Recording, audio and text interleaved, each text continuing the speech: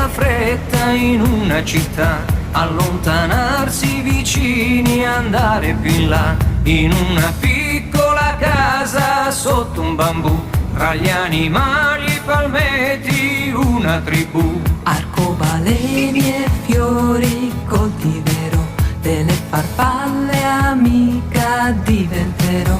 Inviteremo gli amici all'ora del tè, gabbiani, foche, pinguini e scimpanzé. Va bene anche la luna se c'è.